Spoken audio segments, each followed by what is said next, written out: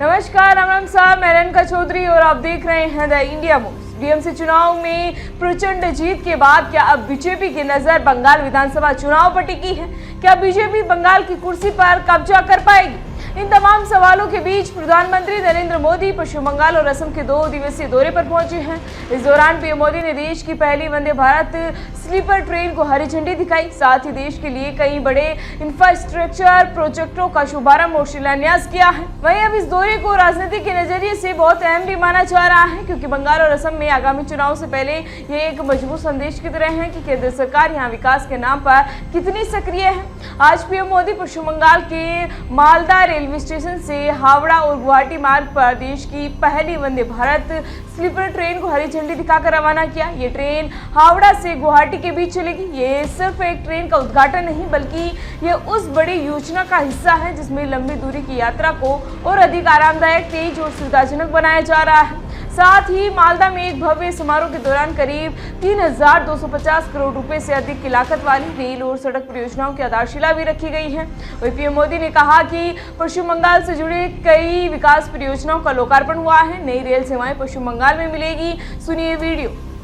आज मालदा से पश्चिम बंगाल की प्रगति को गति देने का अभियान और तेज हुआ है। थोड़ी देर पहले पश्चिम बंगाल के विकास से जुड़े अनेक प्रोजेक्ट का शिलान्यास और लोकार्पण हुआ है। नई रेल सेवाएं पश्चिम बंगाल को मिली हैं। इन प्रोजेक्ट से यहां के लोगों के लिए यात्रा आसान होगी और व्यापार कारोबार भी आसान बनेगा। यहां जो ट्रेन मेंटेनेंस से जुड़ी नई सुविधाएं बनी हैं, इससे बंगाल के नौजवानों को नए अवसर मिलेंगे। साथियों, बंगाल की इस पावन भूमि से आज भारतीय रेल के आधुनिकीकरण की तरफ एक और बड़ा कदम उठाया गया।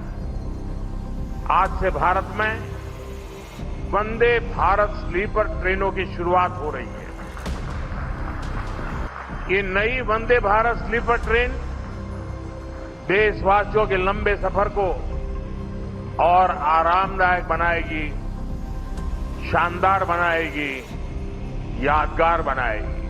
इन परियोजनाओं से न केवल रेलवे सुविधाएं बेहतर होगी, बल्कि रोजगार, माल परिवहन और क्षेत्रीय कनेक्टिविटी में सुधार भी होगा।